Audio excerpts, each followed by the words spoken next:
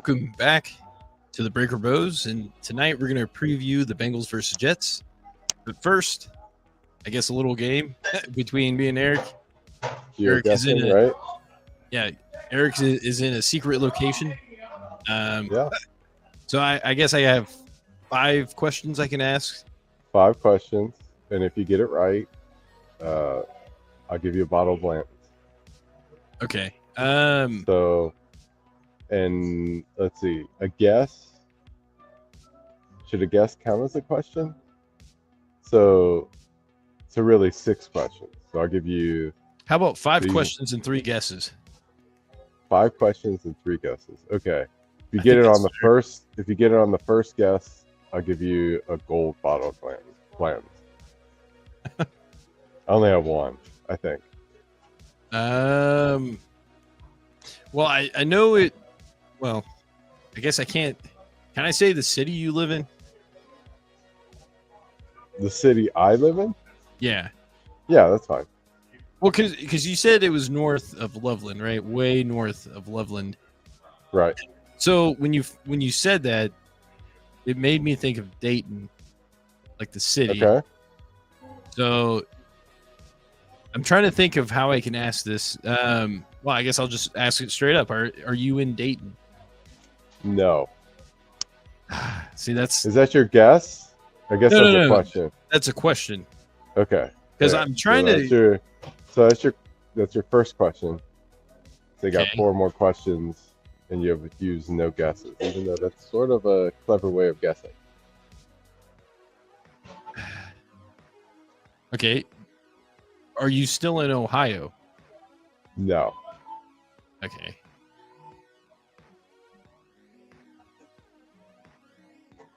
So are you in Michigan? Yes. Okay. That's 3. 3 questions. Oh man, that sucks. I don't know anything about Michigan.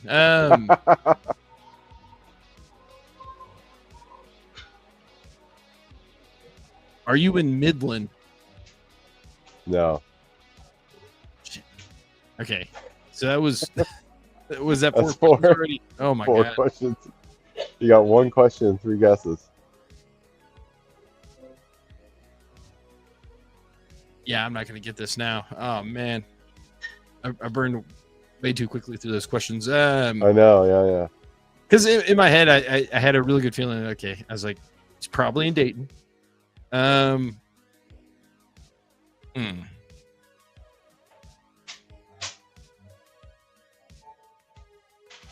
So I feel like you're at a restaurant. Is it I guess, an Asian restaurant? No. Oh my gosh. Now I'm Neither Asian nor a restaurant. Oh wow, okay.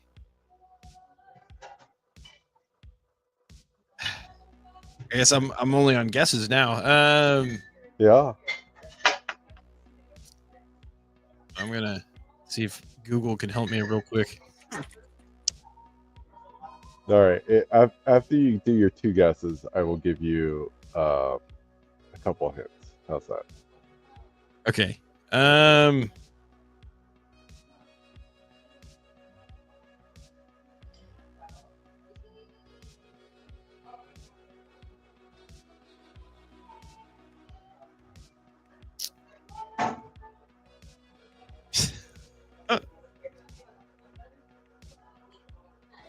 This is good content. Well, like all the places I pulled up, I was like, these are definitely not. It doesn't seem like the place that you're at. It might be. Are you at the Yo-Yo's Fun Center? No, I don't even know what that is. Is that your Scare me. guess? Well, yeah, it's one of my guesses. Okay.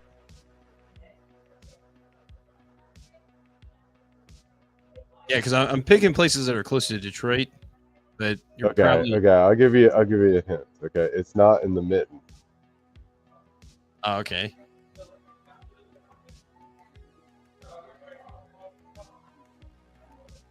Okay. Should I know this place? I don't know why you would know it. Okay. That's why Yeah. it's so fun. So are you closer to the border then? Border of what? Like Ohio and Michigan? No, way north. Oh, The border of Ohio and Michigan is the mitten. oh, I thought like The mitten is like the hand, right? right. You know. I thought it would be like the sea, right? Well, there's no sea. There are lakes.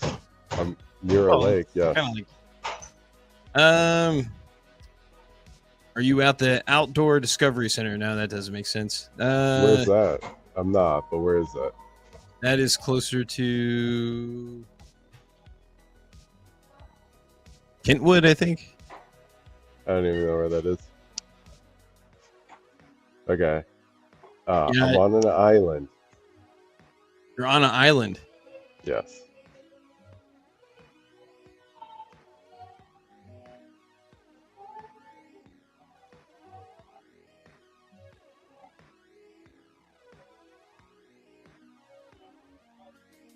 Are you at the North Manitou Island?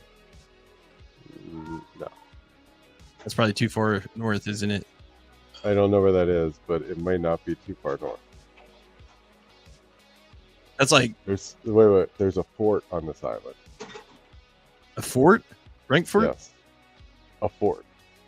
Oh, like an actual fort. Yeah, like a military fort. Okay. But I'm not asking for the island. I'm asking for the place on the island where I am. Another hint is I'm at the same place I was when I texted you a few hours ago. So think of some place that you would be for a long time.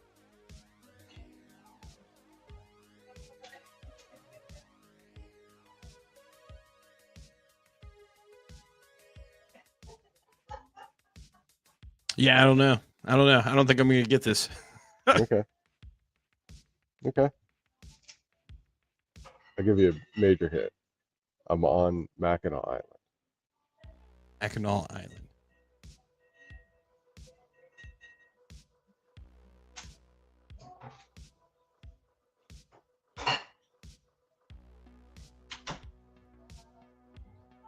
Okay.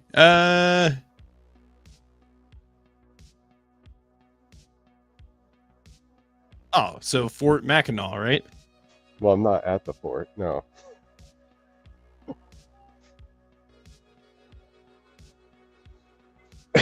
Mission Point Resort. No. It's the oldest hotel on the island. Okay. I should be able to get it now. Hold on. Yeah, I feel like this is like freebie at this point. Well, it sounds like if you're familiar with Michigan, you should probably know this, right? Yeah, I think so.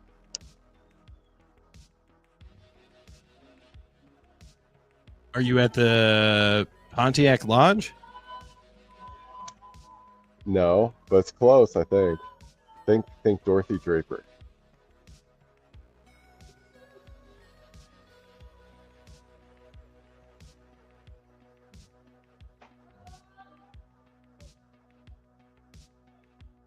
The Windmere Hotel? No, Windbear. It's like that can't be that old. It's over 100 years old.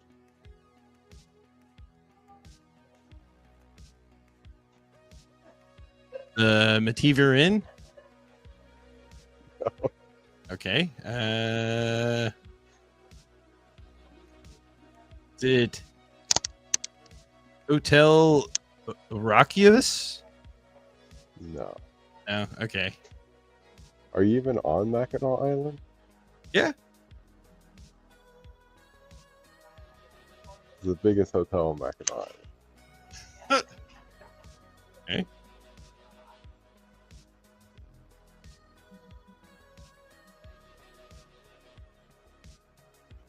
Good thing this isn't a Alliance podcast. People would be screaming at their computer at this point. The Grand Hotel. Bang. You got it. All right. I think I owe you. So what brings you there? We're here for the murder mystery weekend. Oh, okay. Yeah. How's that? Is that going on right now then? Yeah. Are you missing out on anything? No, all the stuff for the day is over. Okay. All right. So it fits in perfectly with our schedule because all the stuff for today is over and then it ends Sunday morning. So we'll be good to go for the post-game reaction. Nice. All right, cool. Well, how do you feel you're doing so far? Not much at all.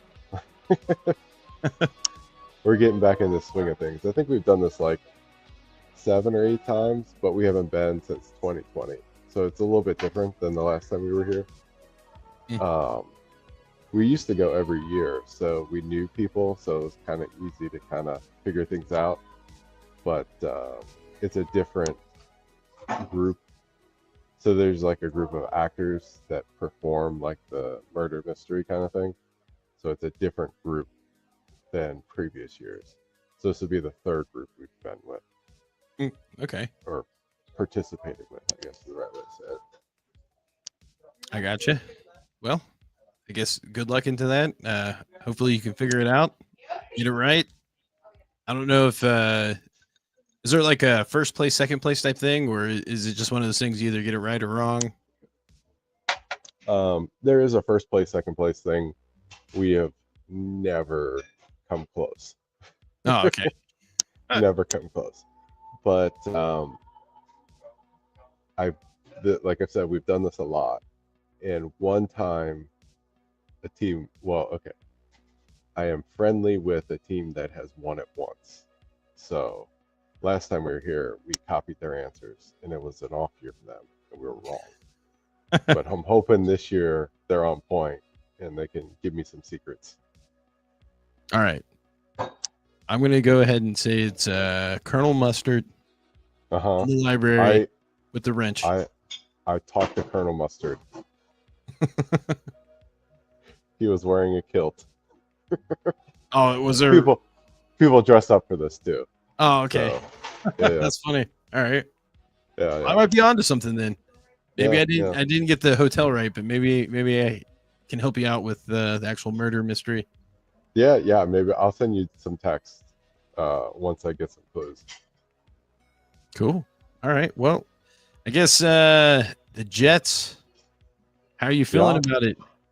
Well, I mean, Bengals play the 0-13 Jets. I feel like this is a must-win. A must-win. If the Bengals do not win this game, the season's over. That's how I feel about it. Yeah, I mean, it would be pretty devastating in the sense that you would lose all that momentum. Yeah, all the vibes, man. Yeah. I do suspect, like, because they played really well. Well, the offense did really well against Pittsburgh.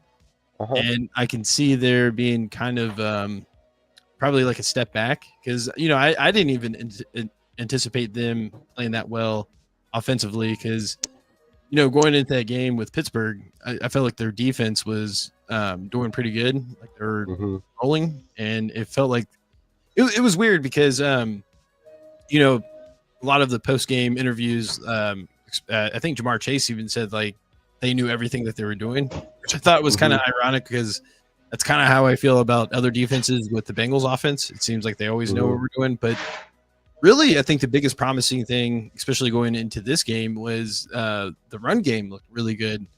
Because it was a Thursday night game, and I was watching it off of Amazon Prime.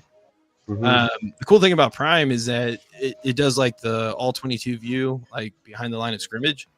Yeah. And like all game, like you could just see there was holes. And I mean, like I couldn't necessarily see the holes, right?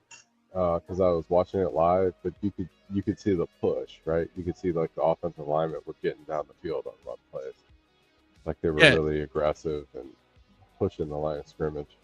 Which is kind of crazy because that's, if you would think, I mean, that's usually Pittsburgh's strength is like their front seven. Yeah, I just feel like the offensive line kind of showed a lot of fight, a lot of personality. Because I felt like that they've been taking a lot of criticism, so they showed a lot of heart and took it personally, and it felt like really well. It felt like they actually used their size to their advantage, and yeah, they were like getting really good push, really good holes, and like early on, I felt like Chase Brown could have had some bigger runs if he would have cut maybe, because like I feel like what I've noticed, especially with that game, is that sometimes he might be a little bit too decisive. Like he just like runs right into it and right into someone to where like maybe if he wasn't as quick to hit the hole and maybe if you cut a little bit more and just be a little bit more patient, I think he would have got a lot more out of some of those earlier runs. Now, when the game went on, he was making the most of the runs and he was hitting big. I mean, I just feel like the tempo is a lot different. I think there's something to the number of plays they do under center, and like I really like the quick game that they do with Flacco, where they just like get the ball out and get it into Jamar Chase's hands. Well, with Flacco, they definitely break some of their tendencies because I think maybe that's part of it too, right? Well, on Chase's touchdown pass, that was supposed to be a run, and they checked out of it. And I want to say he started out behind the center, or maybe he was under center already. But no, I think with Flacco, you can break some of those tendencies, and I think that's where they kind of caught Pittsburgh off guard. And because he was checking like runs into passes and vice versa, passes into runs, or some of the like that that read option that he did that was kind of like a broken play that really worked out well. That wasn't even supposed to be a read option at all. I think Flacco that was pretty epic. I mean, the crowd was chanting his name after he did that, and then they punted, which is kind of funny. Like it's it was such a big momentum play, and then they killed it and punted, but it's just like you just feel like, you know what, we're probably gonna win this game. Yeah. So I hope going into the Jets game, at the very least, they can continue with some of the run blocking and continue to open up some of those holes, because if they want to continue the success that they've had, keep it another run game where it was in the Pittsburgh game is going to be a pretty big key. Now, I don't know if they're going to have as much success as they did, against the Steelers, because the Jets with their 0-7 or 0-6. Yeah, I think they're 0-7. I think it's 0-15. 0-15 since last year? No, just this year. No, I think they're 0-7. So, they're going to be fighting for their lives. But I saw that they're going to be missing a few key players. I don't think Sauce Gardner is going to be playing, and I don't think Wilson. Sauce is out? Yeah, he's out. Oh, man. Just when you think you like that guy too much, he does something even better. Cincinnati legend Sauce Gardner sitting out for the Bengals game. Love it. Yeah, I mean, this should be a game that they should win. Like I said, it's a must win. I don't care what the score is. I don't care if they win 3-2. They just need to win this, no matter how ugly it is. As long as they come out with a victory, like it's like you reset the whole season if you come out as 4-4. Well, I guess there's still. It was looking like it was going to be Tyrod Taylor. It was going to be starting because it seemed like Fields got benched. Well, we got Mike White. Who are they going to play? No, I think we cut Mike White already. Oh no, they're going to play Mike White against us. That would be crazy. I don't think anyone picked him back up, or at least I didn't see anything. They're going to do Mike White game 2.0. That'd be insane. That would be kind of funny though. Yeah. I mean, it would be kind of smart for them to pick him back up. I mean, but yeah, why not? Who knows? Maybe they're going for the number one pick at this point. I think they are, but who's going to be the number one pick? The guy from Indiana? I have no idea. I don't even start paying attention to that. I guess to the draft until the season's over with. I mean, you would probably have a better idea than I do because you keep up with college football a little bit more. So just a little bit, but I can't remember his name. I know the dude from was it Allaire or something like that? The guy from oh my god, I can't think of the team, but he got hurt, so I don't know if he'll be in the first round anymore. Oh, you're talking about the guy from Penn State? Yeah, Penn State. Yeah, I don't think he's going to be a number 1 pick. Well, no, not anymore. He got hurt, but I think going into the season, I think he was supposed to be one of the top prospects. Drew Aller, you're saying. Yeah. He has not had a great season this year, even before he got hurt. Okay. Well, then, it's been a bad year for Penn State. They fired the coach. Already? Yeah. Yeah. Okay. He had a $50 million buyout, and they fired him. Yeah. Wow. That's crazy. Yeah. Well, they lost to UCLA and Northwestern. Okay. So, I mean, UCLA is not good this year. Northwestern is Northwestern. So you're saying it might be a bad year to have a number 1 overall pick? I don't know. The guy at Indiana is really good, and Indiana is number 3 in the country, number 2 in the country. Oh, okay. Wow. So, I mean, they've like completely turned around the program. So, yeah, he might be the guy, but it's not like. I mean, it was supposed to be Aller or Manning this year, but those guys are not like, you know, I want to say lottery pick, but you know what I mean? Not like top of the first round kind of tank your season, fix your franchise type guys. They were supposed to be, but they're not playing like it. Yeah, I know for sure not Manning.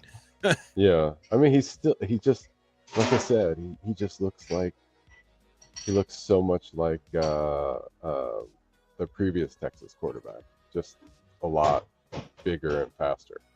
Ewers? Yeah, he looks like Quinn Ewers, but like tall, fast Quinn Ewers, but still same arm. It's weird. Interesting. Yeah.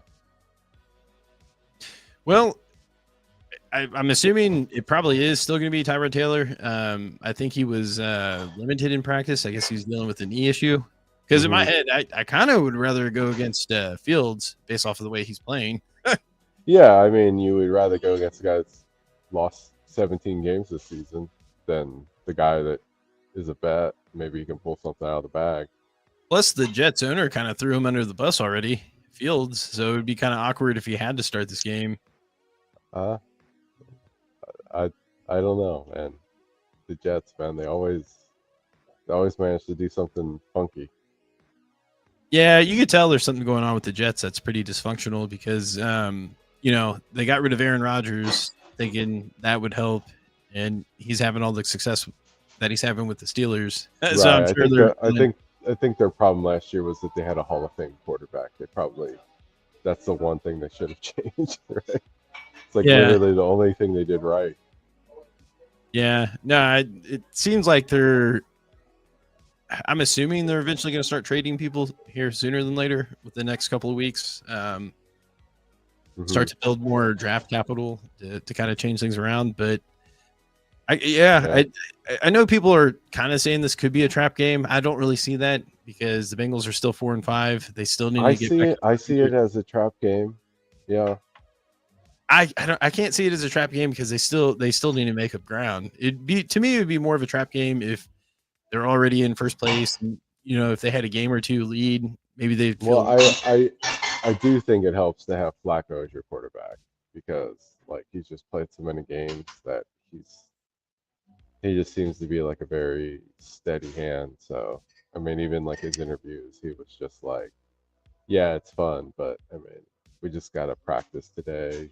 Try to win the next game, play every play, kind of stuff. So I think that it helps to have him. I still think it's a bit of a trap game, but I don't like. I think it's a must win. I feel good about them winning, but like, I don't think it's going to look good. I think it's probably going to be a choppy, ugly game, but I think they're still going to win. Yeah, because I think there's going to be that element where I don't think the Bengals are past that. Where they play to the level of their competition. I feel like well, there's that, and then there's like the desperation in the team, right? Like when you start the season like 0-19, like the Jets. I mean, they're just trying to get a win. Yeah, yeah. I don't know. It seems like they have a lot of obstacles to overcome, especially with some of the people that are hurt. Hmm. Um, but yeah, I would really like to see the Bengals come in and just have control of the game the whole time, and not This necessarily be up. this this is the type of team where like if the if if the Bengals were like in Miami, it would be like a guaranteed win. You know what I mean? Like it's like that's where like the home field advantage of playing like in like a party town where like a team that hasn't won a game comes in, like the guys kind of just stay out late the night before.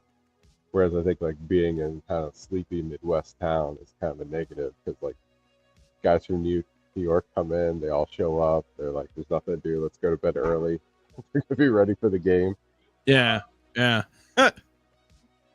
No, I can see that. That makes sense. But yeah, I don't know. I like I said, I just want to see them kind of dominate. I really not. I shouldn't say dominate, but just be in control at the very Yeah, least. I love to see Lead them first. dominate, but But like I said, man, it's just like to get the way the season's gone to get back to 4-4, it's huge. I mean, such a must win. being 5-5. What? 5-5? I think they're I four. thought that. Oh wait, they're 3-4, right? Yeah, yeah. Yeah, they're You're three right. and four. This Okay, would you're go right. to You're four right. and You're right. four. 4-4. Okay. Yeah, yeah. That's Yeah. right. Yeah, yeah, yeah. No, that's why I don't think it's gonna be a trap game because I think getting to 4-4 is really pivotal for them. Because Hmm. it's going to keep the pressure on the Steelers because they're going to hit their tough stretch of games, and there's a real good possibility, especially if the Bengals handle business the next couple of weeks, that they have a chance. They could get themselves in first place of the division if they beat the Steelers. Somehow they can sweep them in the season, but they got to handle business now. So I think that's why I can't really see this as a trap game because if you're just looking a few games ahead, they have that Hmm. potential to where they could be first in the division. Because you would suspect that within these next couple of games, or I guess these next 3 weeks, Pittsburgh could lose one of those games for sure.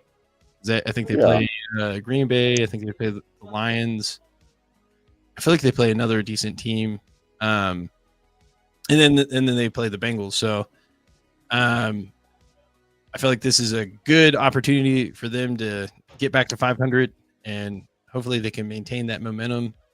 But I also get a sense that it could be one of those ugly games again where Hmm.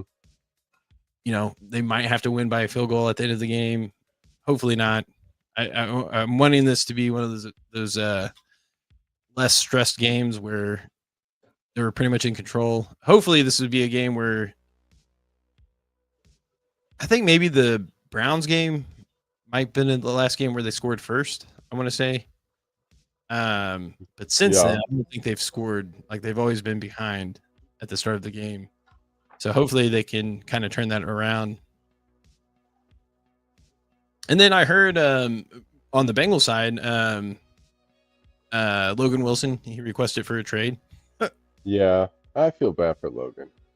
I mean, like I noticed him playing like kickoff coverage during the Steelers game. I don't know, man. Like he just doesn't seem like a guy that's like a loafer or anything. So it just seemed kind of, like coaches try to play mind games and this sort of thing. Like, I don't the think guys it's have to earn their spot and stuff, but it just seemed kind of like no. I they think took his starting job and then they put him on kickoff coverage instead of who's the guy we signed from Philly? Burks. Yeah, it looked like they put him like it looked like they moved Burks above him too, right? So he went from number one linebacker to number four. Well, Just seemed kind of like mind games kind of stuff. So I can I see don't think why it's he's upset. I don't think it's mind games. I think this is what they were talking about in the offseason. And part of the reason why they brought in Al Golden was to play the young guys sooner. So I think part of the problem they had the last couple of years, especially under Lou, was that they relied too much on the veterans. And Hmm. you want to have a good balance. Like you just don't want to push the veterans out But I think the Bengals truly believe that, Logan Wilson lost a step. Like, he's not as fast or quick as what he used to be. And I get a sense that's why he's not playing as much. And the reason why they put Carter in more is that he's definitely got more speed, but he doesn't have the same play recognition as Logan Wilson, obviously, because he doesn't have as I don't think either of the rookies are as good of players as Logan Wilson. Like, I do think they're probably faster, but like they do make major mistakes. Well, and you can see, like, to me, it should be Burks and Logan Wilson should be the main guys, because I feel like they're a lot more solid. And then I feel like the other two guys should be worked in. I'm not saying they shouldn't play, but I just feel like, I would be like Burks, Wilson, like starters, and then the other guys kind of work in, as opposed to the opposite. I think both of them shown flashes, but I also think they're rookies, so they're definitely going to make mistakes, and they're definitely playing the rookies more than years past. Especially if you look at this draft class, it seems like a lot of rookies are playing. Starting, which to me is a good thing. I mean, it's good. It's good for like cap management and that sort of thing, but doesn't help your cap management if your highest paid linebacker is on kick coverage, right? So I mean, like, the writing's on the wall, and I think that's why he wants to trade, right? Because it's clear that he's going to get cut. Yeah, I think that's the thing too. It's like, I can see both sides, and I'm hoping maybe there's like a good trade partner out there where we can actually get something now, like a player for player trade. But if you look at the team, it's hard to say, right? Because it's so hard to trade a guy. Because I would even say, if we can trade him for a punter, I would do it, because it's like, there's no team has a punter that's like looking for a line. It's such a hard trade. I'm up for it. Like, if someone wants to trade a punter for a linebacker, has that ever happened? I can't think of the top of my head, but I mean, I'm sure. Bengals could be groundbreakers. I know that the burner account listens to us, so let's make it happen. I'm just saying, like, Cowboys was one of the names mentioned that could be interested in Logan Wilson. And I'm thinking, like, I feel like their punter is probably, not to say that our punter is bad. It's just he doesn't have touch. Like, he can't kick it within the 20 yards. Or within the 20-yard line. So if we can just get someone that can consistently, I'll say it. Our punter is bad right now. It's not good enough. Yeah, I mean, he's phenomenal if it has to be a long punt. Like, he's really good at those. But when it's he's had so many punts where they're punting from like the 50, and like the other team gets the ball at like the 25 or 30. Yeah, it's just like, that's what I'm saying. Like, trading for a punter might be worth it. Like, if you're kicking from the 50, you're usually supposed to, like, a good punter consistently will put them 10 or less, right? If this was in the 90s, like, because I remember around that time, like late 90s, Lee Johnson was a stud, man. You remember coffin punts? Like, that was like the coffin corner. Yeah, the Bengals used to have Lee Johnson was like an elite punter. Like, that's how the NFL was back in the day, and it feels like no one really does that as much anymore. I think it still is. It still is. I think our punter's just bad. No, because at least the games that I watch that aren't the Bengals game, it doesn't seem like they do it as much as they used to. I guess maybe partly because, I don't know, if maybe punters have gotten, like, their legs have gotten stronger over the years to where they can rely more on hang time than anything. Mm-hmm. But I've noticed, like, no one really kicks it out of bounds anymore like they used to, because it used to be like automatic. Where I agree that there's not a lot of kicking out of bounds, but you need to, like, put enough hang time on it so that the ball gets down within the 10. I mean, there's just so many punts where they only net like 20 yards. Well, the problem that he has too is that it'll have good hang time, but then it's kicked with such force that the momentum always pushes the ball into the end zone. He never has it, because, like, sometimes when you watch, some of the other punters, like they kick it with decent hang time, but the ball literally dies after it bounces, so it stays within like the 5 or 10. Yeah. But his, if it hits the ground, it more than often goes back into the end zone. So, yeah, I mean, I would consider a punter. But I want to say against the Steelers, like he had some punts where like it was worse than touchbacks. It was just like there were returns on them of like 10, 15 yards. And, you know, guys were catching it at the 20 and then running it back to the 30, 35. It's just like you're punting from the 50. You can't net 15. That's ridiculous. Yeah. It kind of makes me think like, because the Steelers with Ben Roethlisberger, they used to do that play where they would pretend to go for it on 4th, and then he would just kind of like punt it. Yeah, and it'd be like, and it would kind of catch them off guard, so they couldn't really do anything with it. But you would get it within like the 20, and it was like, I feel like maybe we should start doing that. If Flacco busted out a punt, I think he could probably be mayor of Cincinnati. I feel like he might be decent at it, to be honest.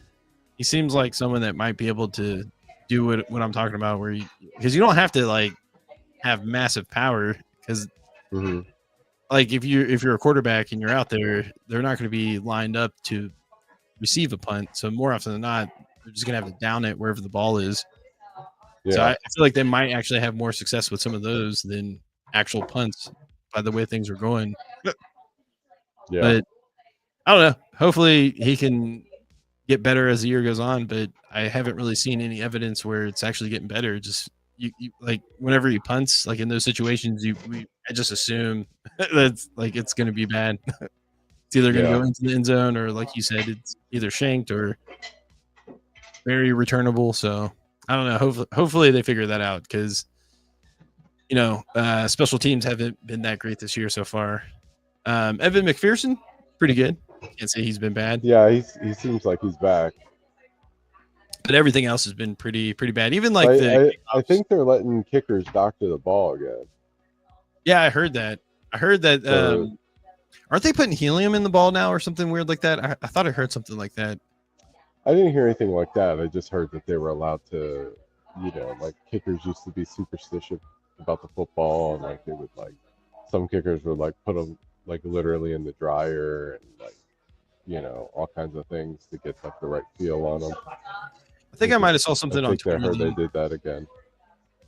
But I think I saw something where they think some of the kicking balls have like the helium in it.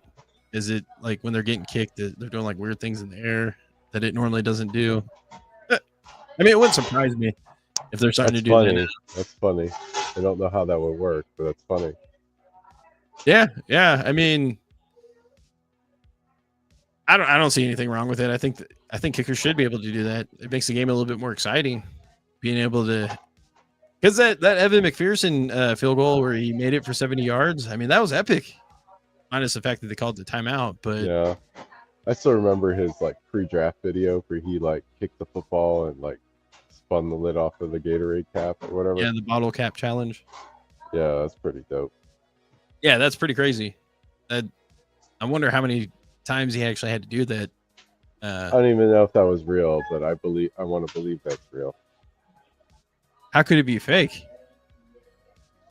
I mean, you can do all kinds of fake stuff now.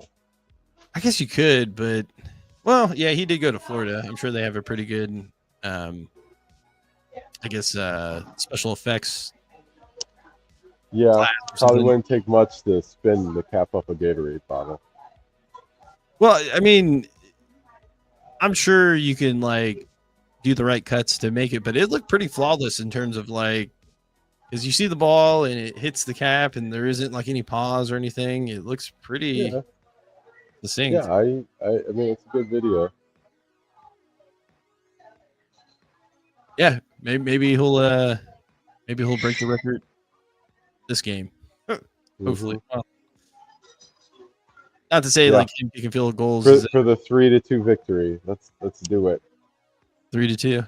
You think it's going to be more on the lower scoring end or high scoring? I guess I've already called it. I'm going to say Bengals 3, Jets 2. So they're going to get a safety. Yeah. Okay. Well, I think the last time I heard, I didn't really check it, but it sounded like the Bengals had a 7-point spread or 7-point favorite, which I feel like is probably the first for the year. Maybe they had that. That's wild too. How you go from like, weren't they like, wasn't there a game where they were like a 14-point dog? Yeah, it's been like that since I think Green Bay, right? Yeah, so you go from a 14-point dog to a 7-point favorite. It's wild, right? In the course of 2-3 games. Yeah. I guess Vegas believes in Flacco now after he had that performance. I believe in Flacco. Yeah, I still can't get over it. It's still surreal to me because it's weird to think of the Flacco now versus like when he first came into the league. I wasn't a big fan of him, obviously, because I'm a Bengals fan. He's on the Ravens, but now that he's on the Bengals and he's been older, and the more interviews he does, he seems very likable. He seems like a pretty cool dude. Yeah, it's pretty funny. Someone that you could at least, or someone I could see myself hanging out with, or just having a conversation with. He seems pretty down to earth. I mean, just start hanging out at Cincinnati restaurants at like 4:00. Yeah, he eats dinner early. Yeah, all by himself. Just look for the tall guy. Look for the 6'5" athlete at the bar. Yeah, I was thinking about that because minus our running backs, he might have the tallest offense. If you from like the offensive linemen to the receivers, tight ends, Flacco. If only we had a 6'2" running back, man, we'd be the tallest offense ever. Yeah. Get Derrick Henry. He'll be set. Yeah, that's all we're missing. Well, a few other things, but actually, speaking of the Jets potentially trading, I think their defensive tackle, is it Quentin Williams, or I believe. Yeah. If the Bengals could get him, that would be pretty sweet. I highly doubt it, but let's trade Logan Wilson for him. Hey, no, I doubt they need linebackers. I don't know. I always felt like the Jets seemed like they always have a pretty decent defense. I think they might be struggling this year though, but it seems like for sure if they lose this week, but I think regardless, the next couple of weeks, I feel like the Jets are going to start trading some of their players because I think they had like 6 or 7 players listed on the trade block. Seems like for sure, like they're going to trade the running back and a few defensive players. Yeah, if the Bengals could trade for Quentin Williams, that would be a coup. That'd be perfect for them. Yeah, it would almost be ideal. I mean, like that. The Bengals do have a lot of young and cheap defensive tackles, so you could trade one of the defensive tackles on the roster and a pick, right? Yeah.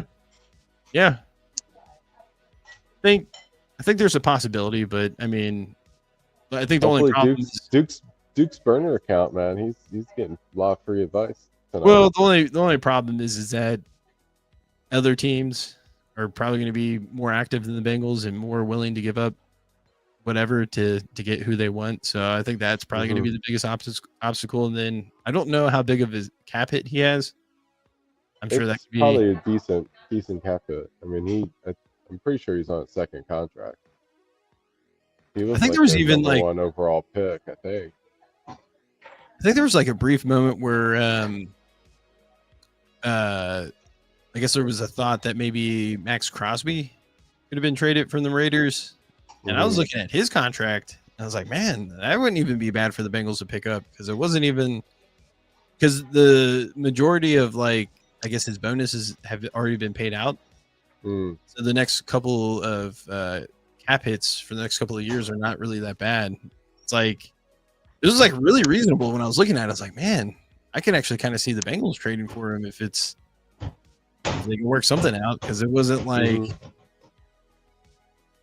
But I don't know. I think for the Bengals I think they're fairly comfortable with who they have on the defensive line, or at least their front seven.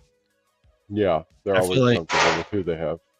Well, I think if there was an area of like opportunity, it could be most likely like a corner or maybe a safety.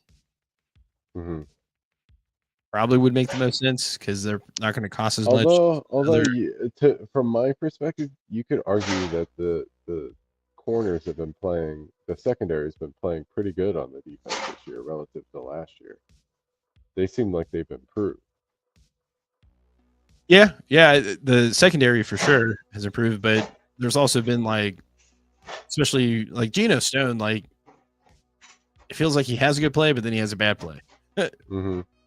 And like he gave up some big plays against the Steelers, like that touchdown at the end of the game. Whose fault was the tight end touchdown? I feel like it was Stone's, because okay.